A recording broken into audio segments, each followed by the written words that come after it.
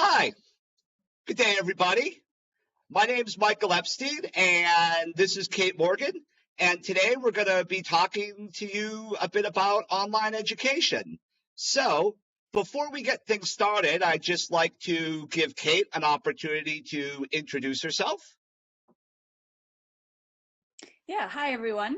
So, as Michael said, my name's Kate, and I am currently working as a curriculum writer for Nova Academy. I'm busy working on a new grade 4 curriculum, which will be taught online on ClassIn. And I started out my teaching career after I finished university. So, I studied in Manchester, and then I got my Delta qualification, and I've worked as a CELTA trainer and as a Delta Module 1 and Module 3 tutor, and I've also been an IELTS examiner. So I've got quite a lot of experience with online teaching, about 10 years teaching online. Obviously, it's very different now to how it was when I first started out. And can you tell everyone a bit about yourself, Michael? Sure.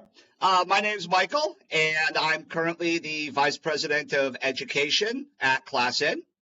And amongst one of my major job duties is functioning as a principal of Nova Academy. And I've been teaching in China, goodness, for about the last 18 or so years. I came here just out of university. I graduated from the University of Pennsylvania, and I spent a lot of my early career working offline because, well, it was the early 2000s. I moved more into online education, I don't know, around about 2012, 2013. And while I've been in China, I've worked as a DOS. I've worked as a curriculum designer as well. I've developed on and offline curriculum for Best Learning. I worked at VIP Kid as their head of academic planning. And then I came over to work at ClassIn, where I've been for nearly a year now, I guess. But enough about me. You're not here to listen to me talk about myself. You're here to learn more about online education. So I thought we could start by asking Kate to talk a little bit about how online learning has changed and maybe some of the benefits of online learning. Yeah, so like I mentioned, it's really changed a lot in the last decade or so. So when I first started out, it was mainly just video calls or even voice calls. And then I emailed feedback to my students and also scanned in maybe some copies of worksheets and that sort of thing. But now we can create all our learning materials on our computers and use them online. We've got so many different tools available that kind of allow us to mimic the face-to-face experience of the classroom. So things like breakout rooms, which enable us to do pair work or group work, where students can work more independently of the teacher and then come back and share their ideas. We've got the chat functions, and obviously the interactive whiteboard space enables us to teach what we want to teach and for our students to do activities in a very interactive way. So some of the benefits I would say for online learning is that the multimedia really helps us to engage our learners. So the new generations, a lot of them are digital natives, which means that they are very comfortable with technology and probably quite quick at learning how to use new technologies. But this doesn't necessarily mean they know how to use it well or how to exploit it for everything that it can do. So I feel like online learning really helps students prepare themselves for the world of work and also for their future studies. It can improve their digital literacy immensely, and yeah, the knock-on effects of that are huge. And I should just mention as well that online education allows us to continue studying even if we're confined to our homes for many months of the year because of pandemics or other issues like that. So yeah, I really see online learning as the future of education. the future and the present, let's say. All right. Wonderful. I'm just trying to catch up with everything that you've been saying here. Cool. Prepare students for the 21st century. Yes. All right. And of course, anytime, any place, you can learn, even when you're under lockdown. Yeah. Yeah, that's right. So, Michael, you mentioned that you started off your career teaching mostly offline, and now you're working a lot with online. What is the main difference for you, especially in terms of, let's say, learning objectives? Well, there's actually not a lot different in terms of learning objectives. You still need them. And just like when you're developing lessons or entire curriculum for a offline classroom, your learning objectives need to be front and center. That is, you need to start from determining, where are we going? That doesn't change. What does change is how we're going to get there. And what I mean is, a lot of teachers, when they start teaching online, will take their offline materials and just try to bring them online, thinking from a what are we going to do standpoint, an activity standpoint, rather than thinking about, well, where are we trying to get to and what's the best way to get there? Because when you think from that perspective, from the learning objective perspective, what's our destination? Then all of those features and functions that are in your online classroom suddenly have a purpose. They're the means by which you're going to reach your objectives. And you, with this added purpose, you're in a much better position to use them effectively, because you're not just using them for the sake of using them. You're using them for a very specific purpose, whatever your learning objectives are. And in this way, we're making sure that education drives the use of technology rather than the technology available deciding what kind of education we're going to do. So I think that's a real challenge, especially when you start what do you call it, teaching online. Is if you're used to an offline setting, your first thoughts are, well, these are great offline activities. I just need to get them online and they'll be great too. But that's kind of thinking like, hey, I know how to hunt in a forest. So like hunting in the open savanna, I could just do it the same way. Sure, you can go hunting in either place, but the means by which you catch your prey, in this case your learning objectives, will differ depending upon your environment. However, your goal is still to eat. But beyond learning objectives, something else is a bit different in an online setting. And that's well, I guess it's not really different, but how you might go about it is different. We have learning objectives, but we also often in our classrooms have social and emotional objectives, i.e., trying to build a classroom community where everybody has a sense of belonging. Everybody also just feels like they're in a room with other human beings, which can be a challenge online. So there's a lot of things we need to keep in mind there as well. One thing is reducing the distance between teacher and learner and between learners and other learners. This can be very simple stuff like using the camera to your advantage, making sure that, although people don't like having their faces online and staring at faces for a long time can be a little exhausting. However, to develop those initial social bonds, especially with young children who are very dependent upon facial expressions, the eyes and so forth for gaining and then directing attention, considering how you're going to use your camera and sizing your camera, little things like that can make a big difference. Because like when I'm up here, I seem a little far away, but bring somebody down into the classroom. I'm going to get myself real big now. Oh, I did Kate, but there's Kate, and all of a sudden your attention's directed right at her. She has this overwhelming almost sense of presence. And of course, with being able to see her a bit more clearly, we feel more of an emotional connection. It's something that you might not notice, but your brain does. And then I think going beyond that, in terms of building relationships, there's actually a lot of advantages to having a class online. And that's, okay, we're not in the same space, but we're often taking class in personal spaces like our homes. So you have that opportunity to, it's like show and tell can always be available. You're getting to know each other. All right, here's my room. Here are my cats. Meet my wife.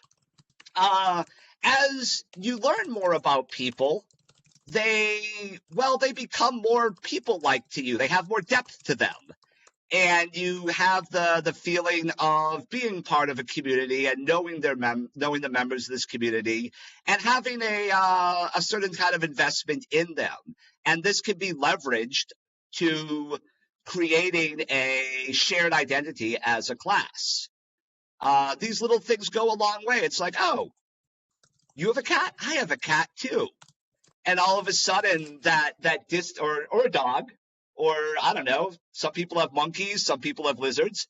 But the point being is that this sense of familiarity builds strong emotional bonds. And then also, I think going beyond that even, one thing that does really change in the online setting, and this kind of pivots back through transactional distance, but distance between learner and content. I've always found that in an online setting, one thing that's really hard to pull off, and probably one of the less effective ways to run an online classroom, is lecture. Lectures seem far enough away when you're in a lecture hall. No matter how interested you are in the topic, especially thinking back to, say, university, those giant lecture classes, some of which I was in, and you've got this instructor who seems like a billion miles away, and you're in the cheap seats. And it's like learning's happening over there. That sense of distance is magnified online. So, although there's always the need to be presenting new material in classrooms, whether you're teaching language, mathematics, science, professional, like workplace development, like how to interact with customers, making sure to take full advantage of your tactile space. There are a lot of things a lot easier to do in an online classroom than in an offline classroom, one of which is moving stuff around and manipulating things. It's a much more tactile environment. So one way you can reduce the distance between your learners and the course material is, don't think about presentation. Don't think about looking at the PowerPoint, listening to the teacher. Yes, those things have their places. I'm talking at you right now. But in a live online classroom, that opportunity to get your hands dirty and to manipulate the material in all sorts of different ways. When people feel hands-on, they feel embedded in their here and now. And if you are really fortunate, you might even lose that sense of being online because you're so embedded in the here and now.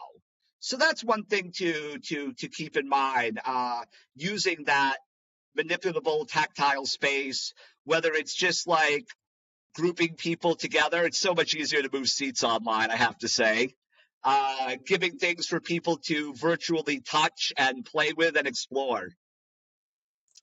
So yeah, those are, I guess, some of the big gaps we might see between online and offline learning. Not necessarily different things. The goal is still learning, of course, but how we accomplish that learning will change because we're in a different environment with different affordances and different rules. But that might sound all rather what's that word? Abstract, general. I feel like maybe a little bit more day-to-day practical advice or ideas might help. So what could you offer us in those terms, Kate? Sort of like difficulties we need to consider, So, issues we need to consider, and so on. yeah. So the first thing is that you are working with technology, and with technology comes technical issues. So just like in a face-to-face classroom where you would test out your audio before teaching a listening lesson, do the same when teaching online. Check all your equipment works and also have a backup plan in case things go awry. So when I teach online, I have everything on my computer, teach off my laptop, but I also have my cell phone, which I put on a small cell phone tripod, and I load everything onto my cell phone, all my lesson materials, so that they're ready to go in case my computer freezes or crashes or explodes. I don't know, anything could happen. Have you had a computer explode? No, not yet, thank goodness. The other thing is to have a backup internet line. So I live in an area where we have regular power cuts, so I have to use mobile data sometimes. And another tip for you is to check that the websites you might want to visit with students, if you do, for example, a web quest, check that they work in different regions. So, for example, I recently taught a class with students from Russia, Turkey, and China, and certain students couldn't access the websites that I wanted them to use. It's also good to know what your students are using in the classroom. So are they coming to class on their cell phone or on an iPad or on a laptop?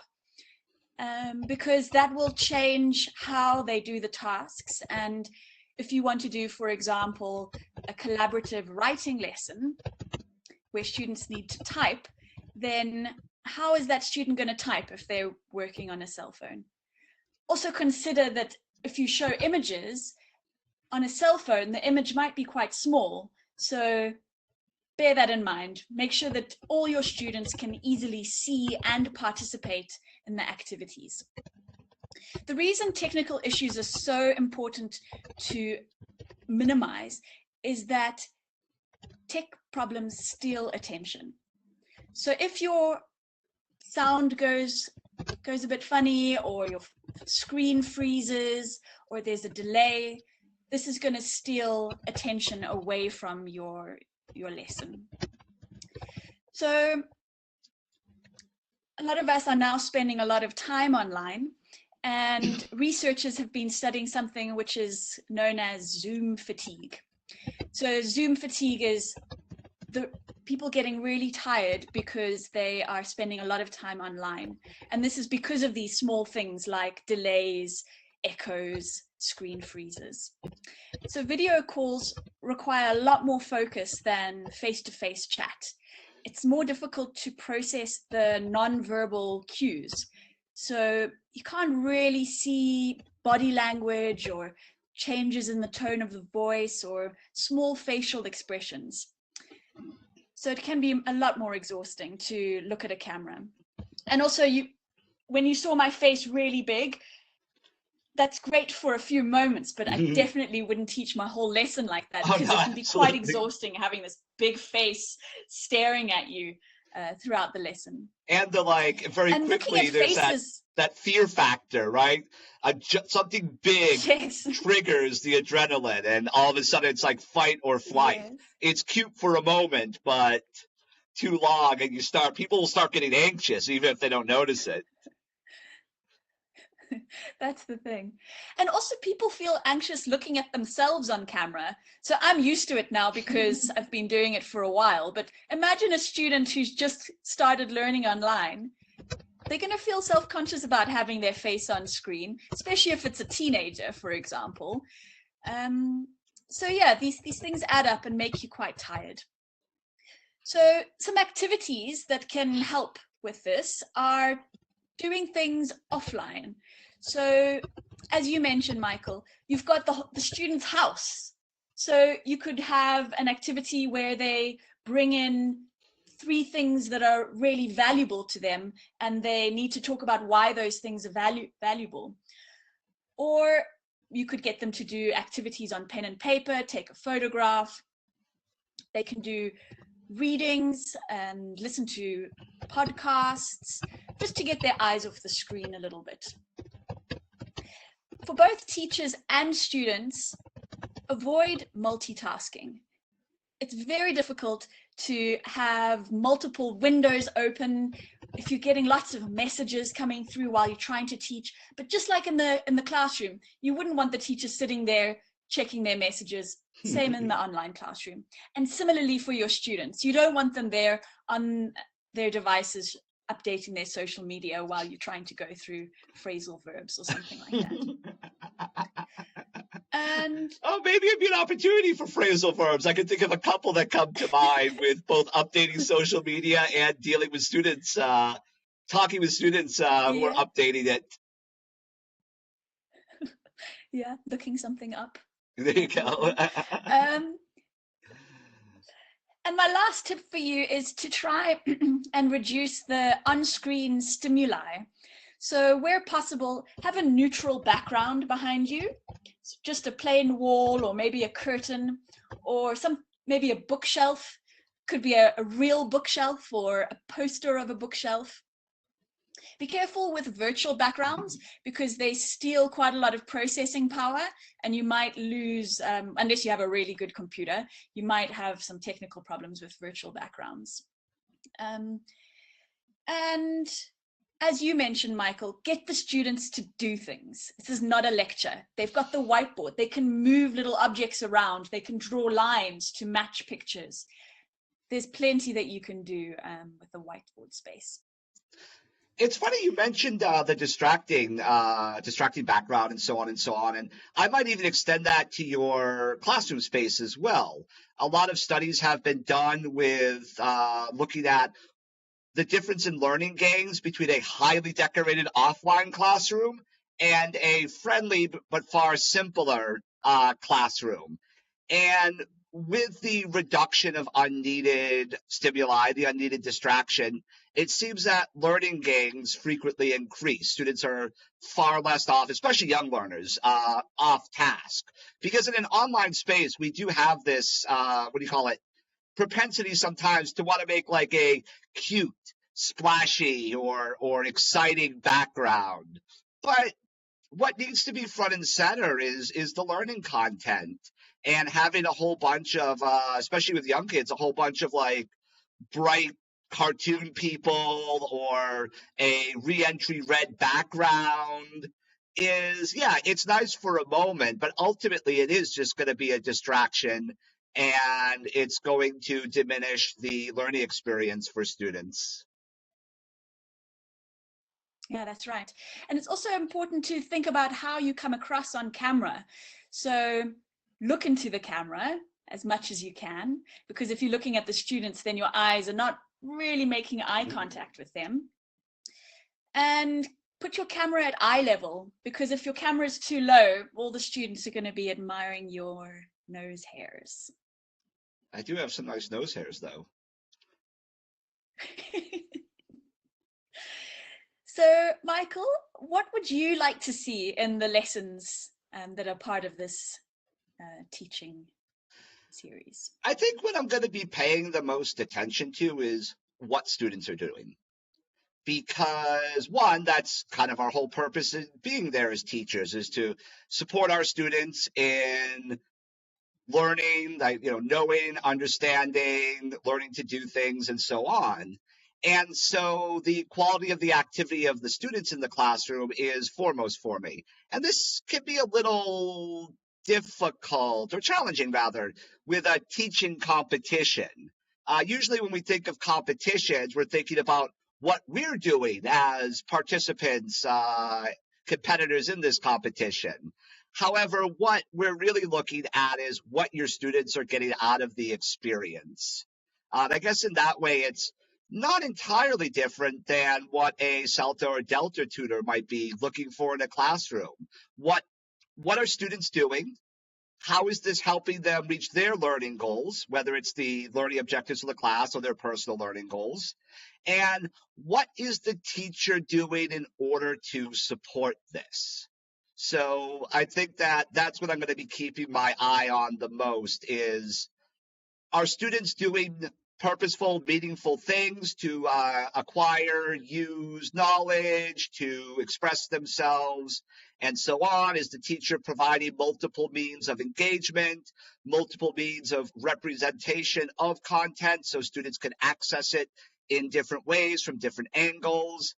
And do the students have multiple means of expression that is using the many affordances of the online space to show what they know, and then seeing what the teacher's doing in order to support students as they engage with content, try to understand content, and use the content, through expression, working with it. So yeah, I think that, for me, like online, like even offline, goodness knows how many years of cognitive science has told us that this sage on the stage mentality just doesn't work. Whether you're teaching math, language, science, it doesn't matter. But I think it's all the more an issue in an online environment that the moment, when you make it all about you, students are just, they're turned off. Not only are they passive, but they're just turned off, and you're not taking full advantage of the brain's ability to actively, to pay attention to, actively process information. And a lot of the learning we get is out of, okay, I think this thing works this way. I got this idea, this hypothesis. We might not call it that.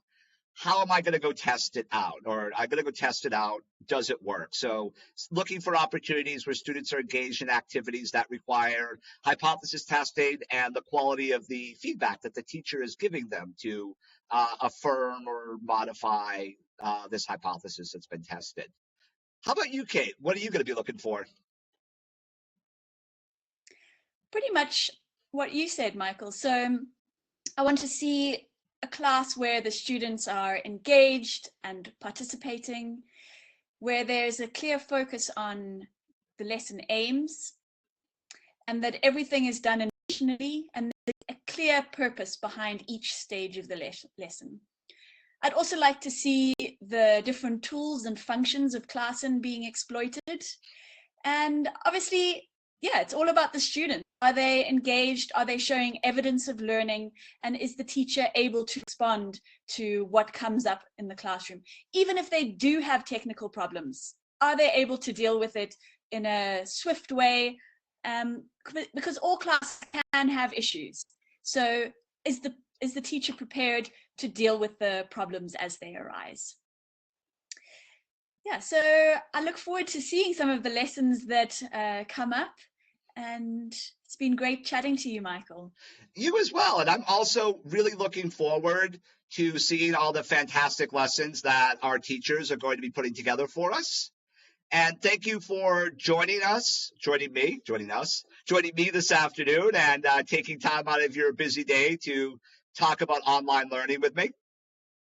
It's been an absolute pleasure. Yeah, thank you so much. And thank you, everybody, for tuning in and watching us.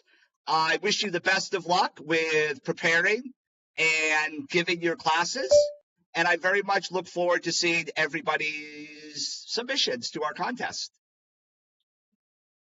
Yeah, good luck, everyone. All right. Well, that brings us to the end of our little get together. So it was nice talking to all of you, and maybe if we're lucky, one day we'll get to meet in person, maybe online, maybe offline. Until then, have a great day. Bye-bye. Bye-bye.